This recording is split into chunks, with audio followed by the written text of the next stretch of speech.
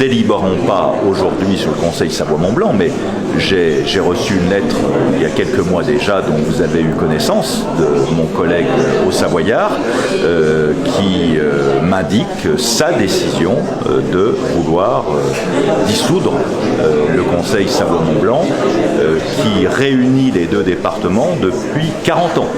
Sous 3 appellations successives. Nous avons d'abord eu l'entente régionale de Savoie, ensuite l'Assemblée des Pays de Savoie et depuis un certain nombre d'années le Conseil Savoie-Mont-Blanc. Comme je l'ai dit, je le répète, je regrette cette décision. Donc ce n'est pas un divorce pour faute, parce que cette structure fonctionne admirablement à la satisfaction générale de tous nos partenaires. Ce n'est pas non plus un divorce par consentement mutuel parce que nous ne sommes pas d'accord. C'est donc une répudiation.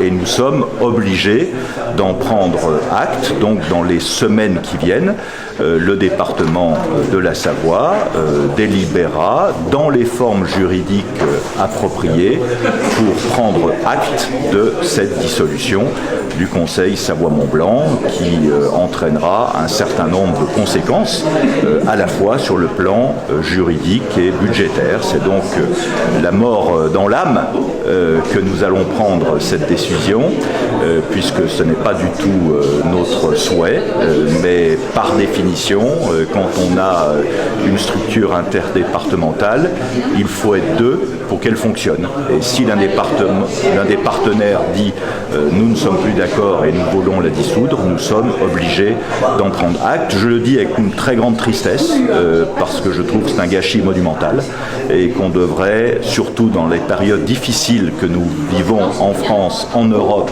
et à l'international, dans cette crise inouïe que nous traversons, la crise énergétique, la crise internationale, la crise du pouvoir d'achat, la question du réchauffement climatique, nous devrions consacrer notre énergie à travailler ensemble plutôt qu'à détruire ce qui existe. Mais il en est ainsi, donc nous sommes obligés d'en prendre acte.